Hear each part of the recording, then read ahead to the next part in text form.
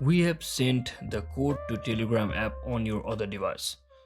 So hello guys, welcome back to my YouTube channel. If you're also seeing this such messages being displayed on your Telegram, so in that case during your login mostly, what you can do is, what it basically means is they have sent the Telegram app code on your other devices in which you are logged in to your account. So, and you have been trying to log in the same account from other device, then such issue might happen. So in that case, you just need to find, if you have that access to that particular device, and find that device and just copy the code from over there.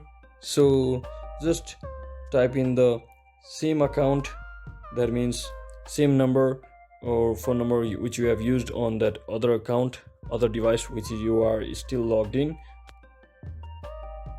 So once you type in that same number, just click on yes, and it should send the verification code to that particular account, and you can just copy that code from there and paste it over here, and you should be successfully logged into your account, and your issue of being that message being displayed should be fixed easily.